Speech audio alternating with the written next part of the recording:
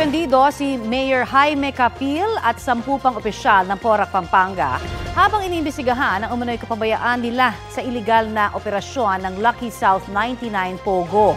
Si Dismiss Bamban Tarlac Mayor Alice Guo iniimbestigahan naman kaugnay sa paggamit daw ng eroplano sa pag-alis sa Pilipinas noong Hulyo.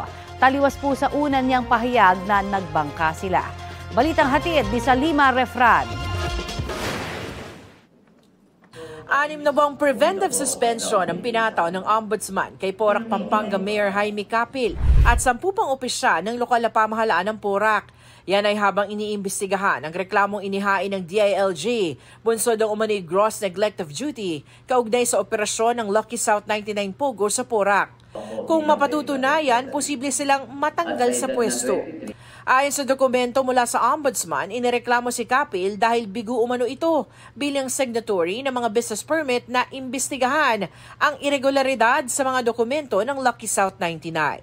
3 magkakasunod na taon umano ay naprubahan ni Capil ang permit ng Pogo kahit kulang raw sa requirements. Hindi rin daw umaksyon agad si Capil para bawiin ang business permit ng Lucky South 99 noong mag-expire ang PAGCOR license nito at di rin daw na-aksyonan agad ang mga ulat ng criminal activities sa compound. Sinisika pa naming makuha ang panig ng Porac LGU. Wala pang linaw kung sino ang itatalagang acting mayor. Dati nang tinanggi ni Capil ang mga alegasyon ng special treatment sa Lucky South 99. Kaugnay naman sa kaso ni Dismiss Bamban Mayor Alice Guo, patuloy ang investigasyon ng Bureau of Immigration, partikular sa mga pribadong eroplano. Kasunod ito nang lumutang sa Senado na hindi bangka, kundi eroplano ang sinakyan ni Guo paalis sa Pilipinas. Ang ginagawa po natin is coordinating now with our counterparts there to get the manifest nung aircraft na yon na sinakyan niya. Tumataas po yung posibilidad na sa isang pribadong airstrip sila dumaan. Samantala, ingat naman ang mga otoridad sa mga sinasabi ni Mary Ann Maslog na iniharap sa pagdinig ng Senado sa iligal na pogo.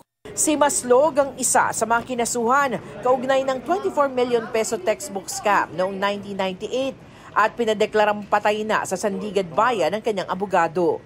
Si Maslog na gumamit ng alias na Jessica Francisco ay asset umano ng pulisya na kinuha para tumulong sa pagpapasuko kay Guo bago ito naaresto sa Indonesia.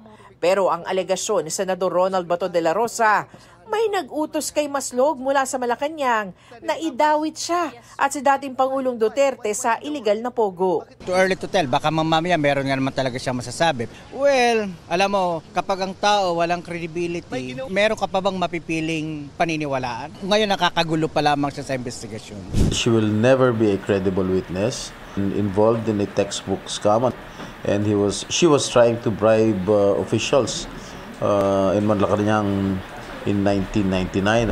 Ang PNP dinepensahan ang pakikipag-usap ng intelligence group chief sa isang taong may kaduda-duda umanong record. Wala naman po tayong pinipili kung saan nanggagaling ang information, but we have to vet and validate kung itong mga nakukuha nating information and even the source of information ay reliable at merong semblance of truth dun sa mga sinasabi niya. There is no deal whatsoever with Ms. Maslog.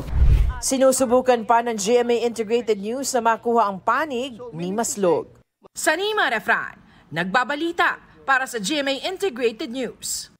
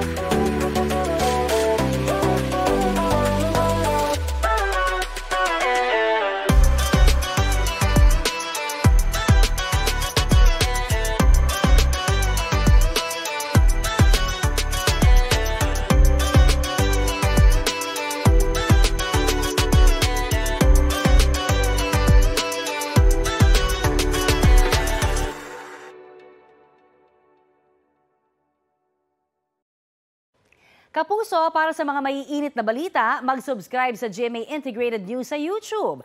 Sa mga kapuso naman abroad, subaybayan nyo kami sa GMA Pinoy TV at sa www.gmanews.tv.